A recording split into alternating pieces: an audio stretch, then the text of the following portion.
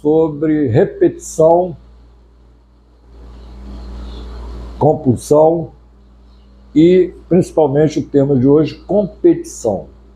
Tá?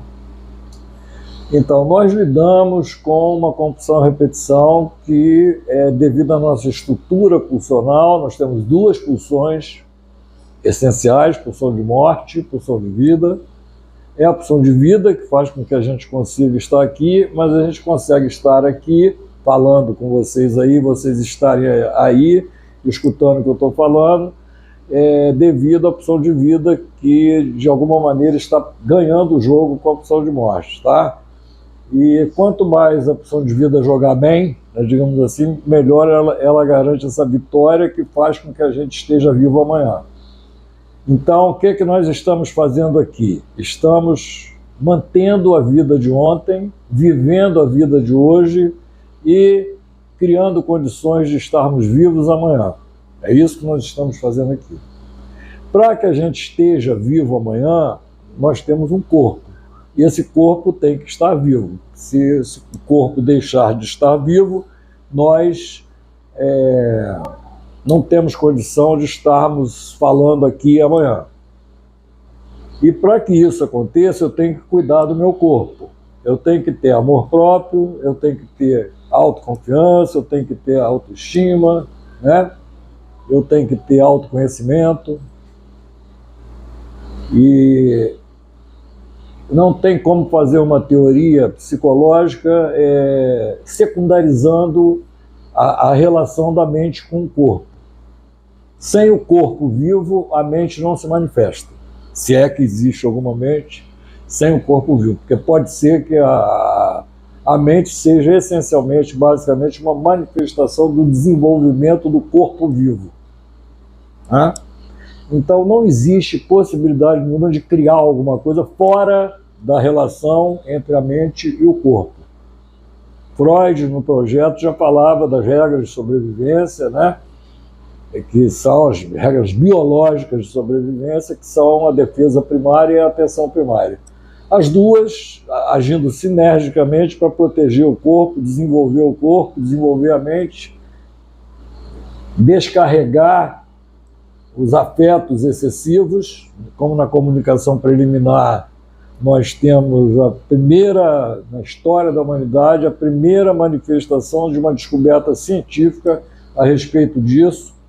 E, como era de se esperar, sob hipnose ficou comprovado que existem afetos carregados, capazes de sustentar sintomas e sonhos, né? E esses afetos têm, quando eles são descarregados, o sintoma desaparece. Tá? Então o sonho para. O sonho só para quando ele é descarregado. E essa descarga do sonho tem que ser feita inteligentemente, porque senão você não consegue dormir. Porque você, toda vez que sonhar, você vai ter que acordar com um pesadelo, como acontece com algumas pessoas. Tem não só um pesadelo por noite, mas às vezes tem 5 pesadelos por noite, que é o número de sonhos que todos nós temos todas as noites, 4 a 6, em 8 horas de sono. Freud não sabia disso, mas chegou perto disso graças ao poderoso método que ele aprendeu com Charcot, de observação rigorosa e exaustiva dos fenômenos psíquicos. Então, a observação rigorosa e exaustiva dos fenômenos psíquicos e a análise da realidade circundante mostram que, como todo ser vivo, o ser humano precisa cuidar da sua sobrevivência. Então, a psicanálise não poderia deixar de estar baseada nesta observação infalível. Todo ser humano que queira estar vivo amanhã precisa cuidar das chances dessa sobrevivência, seja inconscientemente, conscientemente, ou os dois. O que não pode é dizer que é o outro, que ele depende do outro para ele poder fazer isso. Isso não pode ser feito porque isso é uma doença mental, né? Atribuir a outrem aquilo que o outrem não tem poder de fazer, né? Porque mesmo que o outro deseje muito que eu viva, eu só vou viver se meu corpo funcionar. Não tem como eu ficar vivo, né, sem o meu corpo estar funcionando. Então eu tenho que ter um cuidado muito grande com o meu corpo, com os meus sentimentos, com o meu ego, com as minhas coisas, né? Com a minha individualidade. Se eu não cuidar da minha individualidade, ela pode se perder. Tá? Então eu não posso rifar a minha individualidade em relações com coisas de fora.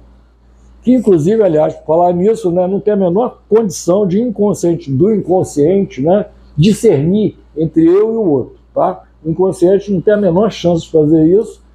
Como Freud colocava, no inconsciente as coisas contraditórias coexistem lado a lado, porque para o inconsciente é tudo a mesma coisa, é meu, tudo que é do inconsciente é meu, está referido ao meu ego. Frases simples de Freud que as pessoas parecem que não entendem o que ele disse, né? O ego é um ego corporal, isso é Freud, tá? O ego não é ego espelho, o ego é um ego corporal, isso é psicanálise de Freud. Agora, o ego é um ego espelho, isso aí é outra coisa, isso não é psicanálise. Tá? Bom, pode fazer, quer seguir isso aí, segue isso aí. Agora, dizer que é psicanálise não dá, até por outro motivo também. O terreno da psicanálise é o terreno do pai da psicanálise, Freud.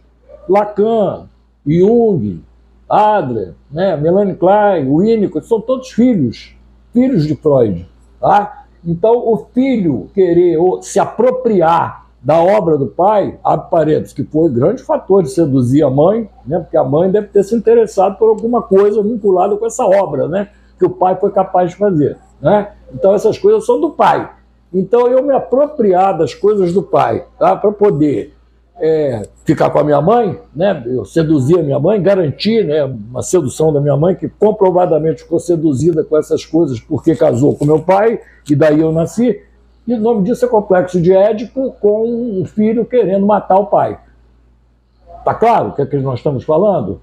Tem esse motivo também para poder pensar nessa parafernália, né, hermenêutica fantástica que é colocada para tentar acabar com as descobertas de Freud e da psicanálise. Tá? Por isso, essas coisas vão estar num livro que deve sair daqui a uns 3 anos, se eu chegar até lá, né? Mas já tem, pelo menos as sementes deles estão sendo faladas aqui no YouTube, que é Escolas de Resistência à Psicanálise. Então, quem não fez análise vai tender a fazer isso, esse tipo de coisa que nós estamos denunciando aqui. Agora, quem quiser ir pela resistência à psicanálise, pelo menos que assuma que está fazendo resistência à psicanálise.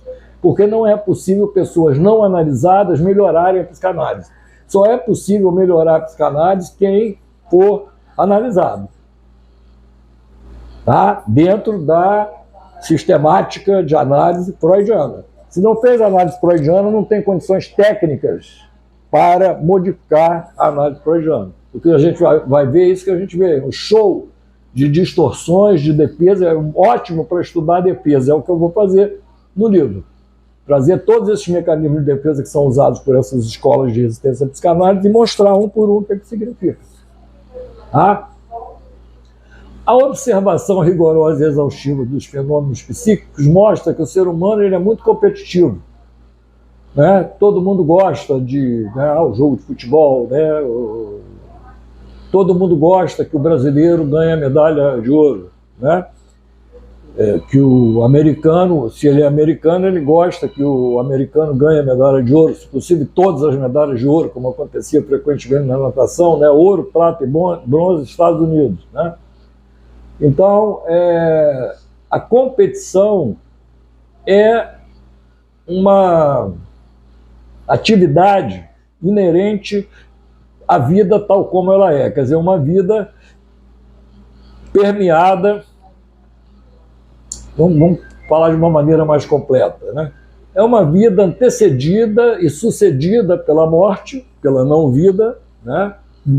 Estou falando de vida orgânica, com corpo, essa vida aqui que a gente conhece. Esta vida aqui que a gente conhece, ela é antecedida por uma não-organicidade antes do nascimento e uma não-organicidade depois do nascimento. Essa não-organicidade pode ser a inexistência. Então, pode ser que antes não existisse nada e depois não exista nada depois que essa experiência com esse corpo aqui acabar. Tá? E se existir alguma coisa, não é a vida tal como nós a conhecemos aqui nesse período que nós estamos vivendo aqui na Terra, né, nesse planeta aqui. Então, a competição ela está muito bem alicerçada nesse fato, né, e ela expressa, então, é uma representação simbólica, sublimada, né, da luta pela vida, na qual, se você se você fica sem os seus dotes para correr, para andar, né, para se deslocar, por exemplo, você fica paralisado no meio da savana africana, com certeza você vai virar alimento de alguma fera faminta, que está cheio delas por ali. Tá? Então, você ficar nessa posição passiva de se tornar alimento de algum outro ser vivo, ela é o signo básico da repetição, quer dizer, a repetição, da competição e da repetição também. Eu preciso repetir, né, a refeição, né? Senão, pela natureza do corpo, né, da vida, eu tenho que repetir as refeições porque elas são temporárias, né? Elas não alimentam pelo resto da vida, alimentam durante um tempo bem curto, inclusive.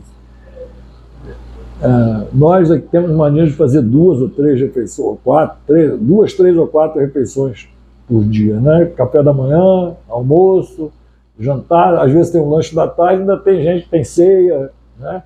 Então tem 4, 5 refeições aí por dia, frequentemente. Bom, então é isso, a competição então é uma coisa humana, é uma coisa de qualquer ser vivo e está alicerçada na própria estrutura do ser vivo. Quer dizer, eu preciso competir para sobreviver. Competição dentro do nicho ecológico para quem estudou ecologia. Tá? Para começar, para falar de competição, é isso. Tem muito mais coisa, depois pode falar do Ayrton Senna, né, do Medina, né, do Pelé, do Garrincha, do Zico, né, que são grandes competidores e que marcaram eras no esporte nacional.